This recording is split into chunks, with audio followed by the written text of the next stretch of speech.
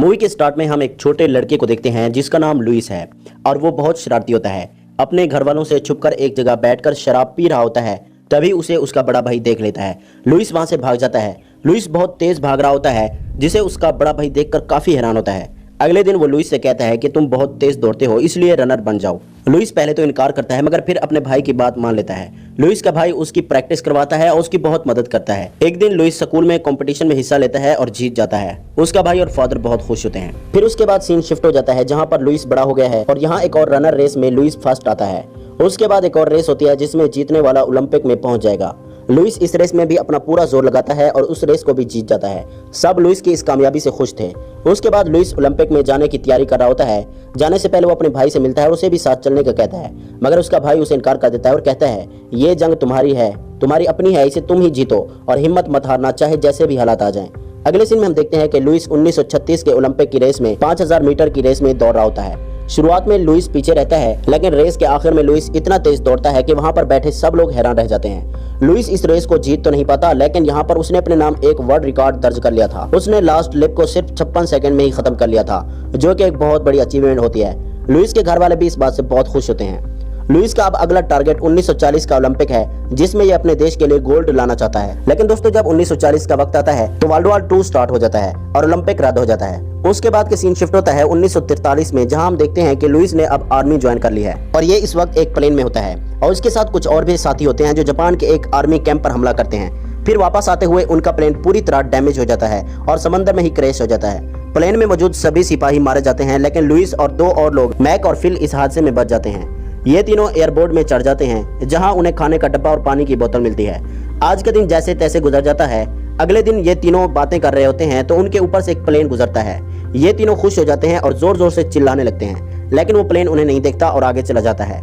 उसके बाद लुइस देखता है कि खाने का सामान भी खत्म हो गया था और वो परेशान हो जाते हैं और ऐसे ही मदद मिलने के इंतजार में यहाँ पर उनके 3 दिन गुजर जाते हैं। तीनों का भूख से बुरा हाल था क्योंकि पिछले 3 दिनों से उन्होंने कुछ नहीं खाया होता। थोड़ी देर बाद एक पक्षी उनकी बोट पर आ बैठता है, जिसे ये लोग पकड़ लेते हैं और कच्चा खा जाते हैं, मगर इसका जायका खराब होने की वजह से उनको उल्टी आ जाती है। फिर ये लोग उस पक्षी के मांस से मछली पकड़ते हैं और उन्हें कच्चा खा जाते हैं। फिर जब रात होती है तो यहाँ बहुत तेज बारिश होती है। पहले तो ये तीनों बारिश को एंजॉय करते हैं, मगर फिर वो बारिश तूफान में बदल जाती है और इन तीनों को काफी मुसीबत का सामना करना पड़ता है। उन्हें ऐसा लग रहा होता है कि आज उनका आखिरी दिन है, लेकिन सुबह तक तूफान थम जाता है और ये तीनों बच जाते हैं। अगले दिन इनको एक और प्लेन आता दिखाई देता है तो वो आवाजें लगाते हैं, मगर वो प्लेन उनके दुश्मन मुल्क जापान का था, जो कि उन पर गोलियां चलाते हैं।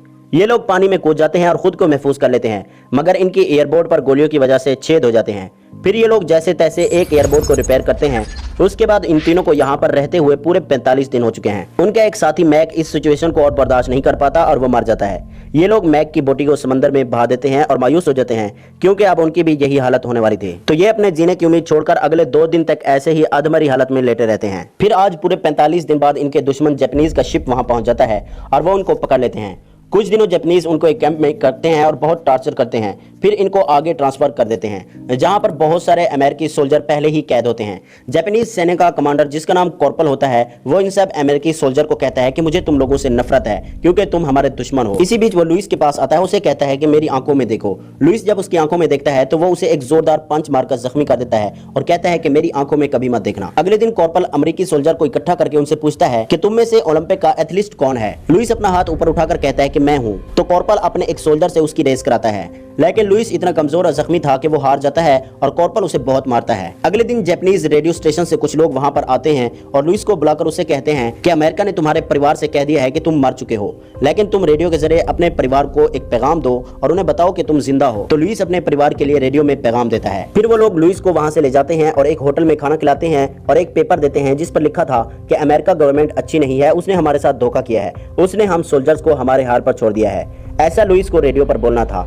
असल में ये सब जापान वालों का प्लान होता है। अगर लुइस ने ये सब बोल दिया तो वो उसे आजाद कर देंगे और उसके परिवार के साथ अच्छी लाइफ देंगे, लेकिन लुइस अपने वतन से ईमानदारी करते हुए इनकी बात को ठुकरा देता है, ये जानते हुए भी कि उसका अंजाम बुरा होगा। ऐसा होता भी है कि ये लोग लुइस को वापस उसी कैंप में भेज देते हैं जहां पर कॉर्पल होता है। अब लुइस के साथ कॉर्पल पहले से भी ज्यादा जुल्म करता है। वहां जितने भी अमेरिकन सैनिक होते हैं सबसे कहता है कि तुम सब एक एक करके लुइस को मुक्का मारोगे, मगर वो सब ऐसा नहीं कर रहे होते। तो कॉर्पल गुस्से में आ जाता है और लुइस के दोस्त फिल को बहुत ज्यादा बुरी तरह से मारता है और कहता है तुम लोगों ने लुइस को नहीं मारा तो मैं फिल को जान से मार दूंगा।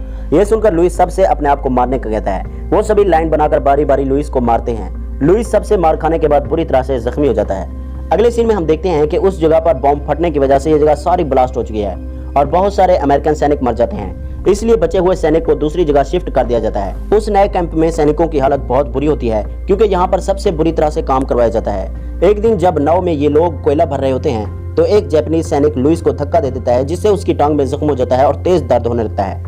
ये नई जगह उन सब के लिए किसी जहन्नम से कम नहीं होती। यहाँ पर उनसे हर रोज इतना काम करवाया जाता है जिससे उनकी रूह तक कांप जाती है।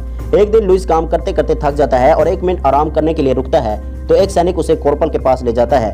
कॉर्पोरल उसे सजा देने के लिए सामने रखी भारी लकड़ी उठवाता है और कहता है कि अगर लकड़ी गिरी तो लुइस को गोली मार दी जाएगी। लुइस पहले तो लकड़ी उठाए रखता है, लेकिन फिर बाद में उसकी हिम्मत जवाब देने लगती है और धीरे धीरे वो लकड़ी उसके सर से नीचे आ रही होती है। सब अमेरिकन सैनिक काम छोड़कर लुइस के देख रहे होते हैं। लुइस की यह हालत देखकर सच में रोना आ जाता है। जब लकड़ी गिरने वाली होती है तभी लुइस को उसके भाई की एक बात याद आती है, जिसने कहा था कि वक्त जैसा भी मुश्किल आ जाए उसका सामना करना और हिम्मत मत हारना। उसके बाद लुइस अपना पूरा जोर लगाकर उस लकड़ी को ऊपर उठा लेता है और कॉर्पोरल की आंखों में आंखें डाल के देखने लग जाता है। कॉर्पोरल कहता है कि अपनी नजरें नीची करो, लेकिन लुइस उसकी तरफ देखे जा रहा होता है। कॉर्पोरल को गुस्सा आता है और वो पगला जाता है। वो अपने डंडे से लुइस को बहुत मारता है और लुइस जख्मी हो जाता है। फिर लुइस अपनी फैमिली को याद करता है और पूरी रात उसी जगह पड़ा रहता है। कुछ दिनों के बाद उन सभी अमेरिकन सैनिकों को इकट्ठा किया जाता है और कहा जाता है कि लड़ाई अब खत्म हो चुकी है। फिर वो उन सभी को नदी में नहाने का बोलते हैं। अमेरिकन सोल्जर को यकीन नहीं आ रहा होता। वो समझते हैं कि ये कोई चाल है, लेकिन थोड़ी देर के बाद उनके ऊपर से अमेरिकन एयरप्लेन गुजरते हैं, जिसका मतलब ये था कि अब लड़ाई खत्म हो गई है। ये देखकर सभी अमेरिकन बहुत खुश होते हैं। उसके बाद एयरप्लेन से उनके लिए खाना फेंका जाता है, जिसे ये सभी बड़े आराम से खा रहे होते हैं। लुइस कॉर्पोरल के कमरे में जाता है जहां वो नहीं होता। वो वहां से जा चुका होता है। लुइस उससे सिर्फ इतना पूछना चाहता था कि वो लुइस से इतनी नफरत क्यों करता है। उसके बाद के सीन में सभी लोग इतनी मुसीबतों के झेलने के बाद फाइनली अपने वतन वापस आ जाते हैं। लुइस अपने परिवार से मिलता है। उसके बाद हमें कुछ फोटोज दिखाई जाती हैं कि लुइस ने शादी कर ली थी और उसके 2 बच्चे होते हैं। अब आखिरी सीन में लुइस, जो कि 80 साल का हो चुका है, वो अपने हाथ में मशाल लेकर जापान के ओलंपिक में भाग रहा होता है, जो कि उसका सपना था। और इसी के साथ ये मूवी खत्म हो जाती है। Thanks for watching and subscribe today explain YouTube channel.